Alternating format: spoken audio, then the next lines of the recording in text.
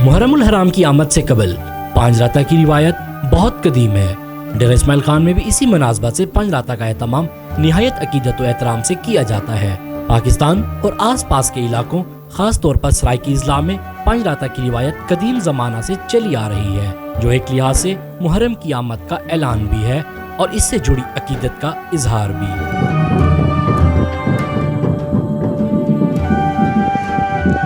روایت کے مطابق زمانہ قدیم میں محرم الحرام کی آمد سے 4 دن قبل لوگ اسی مہینے کے تقدس و حرمت کو مد نظر رکھتے ہوئے پانچ راتہ کا اہتمام کرتے تھے اور اپنی تمام خوشیاں شادی بیاہ کی تقریبات کو بطور محرم کے احترام میں ختم کر دیتے تھے۔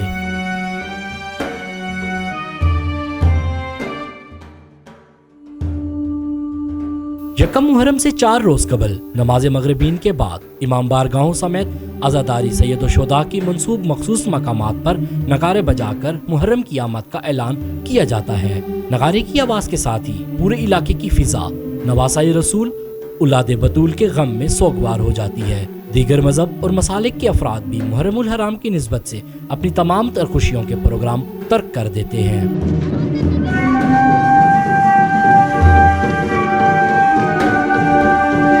برصغیر پاک و ہند میں پانچ راتہ یعنی 5 راتوں کی روایت بہت قدیم ہے، جس کا مرکز لکھنؤ سے ہے۔ وقت کے ساتھ ساتھ یہ پرانی روایت دم توڑتی چلی گئی، مگر انڈیا اور پاکستان کے کچھ مخصوص علاقوں میں پانچ راتہ کی یہ روایت آج بھی برقرار ہے اور اس کو زندہ رکھا ہوا ہے۔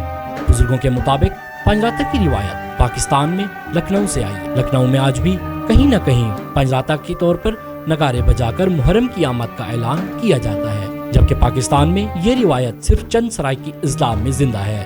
صوبہ پنجاب کے شہر بکھر اور دریا خان میں کہیں کہیں، جبکہ خیبر پختونخوا کے ضلع ڈیرہ اسماعیل خان شہر و مضافات کے تمام علاقوں اور کے امام بارگاہوں میں اب بھی اہتمام کے ساتھ پانچ راتہ کی روایت کو زندہ کیا گیا ہے۔ ان علاقوں میں آج بھی پانچ راتہ کے سلسلے میں نغارے بجائے جاتے ہیں۔